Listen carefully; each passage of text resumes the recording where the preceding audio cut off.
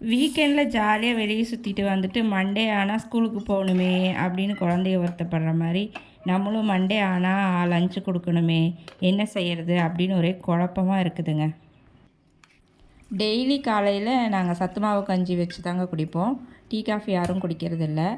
So சத்து மாவு கஞ்சி வச்சு குடிச்சிட்டு பாலை காய்ச்சி வச்சுட்டு லஞ்சுக்கு என்ன செய்யலாம் அப்படிங்கும்போது பருப்பு சாப்பாடு தான் ஈஸியாக இருக்கும்ன்ட்டு பருப்பு சாப்பாடு செஞ்சிடலான்னு பிளான் பண்ணியாச்சுங்க.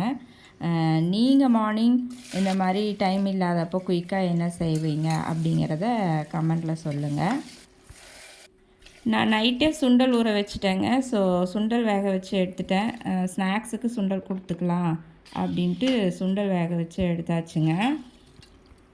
பருப்பு சாப்பாடுக்கு நீங்கள் என்ன சைட் டிஷ் செய்வீங்க அப்படின்னு கமெண்ட்டில் சொல்லுங்கள். நாங்கள் வந்து புளி கரைச்சி வச்சுட்டு சின்ன வெங்காயம் எல்லாம் போட்டு தாளித்து அதில் புளி கரைசலை ஊற்றி கொஞ்சம் இனிப்புக்கு வெல்லம் போட்டு ஒரு டிஷ் செய்வோம். அதுக்கு பேர் என்னன்னு எனக்கு தெரியலைங்க, அம்மா செய்வாங்க. பருப்பு சாப்பாடுக்கு அது தாங்க சூப்பராக ஆப்டாக இருக்கும். ஸோ இன்றைக்கி எங்கள் வீட்டில் பருப்பு சாப்பாடுக்கு சைட் டிஷ் இந்த புளிக்கரைசல் தாங்க.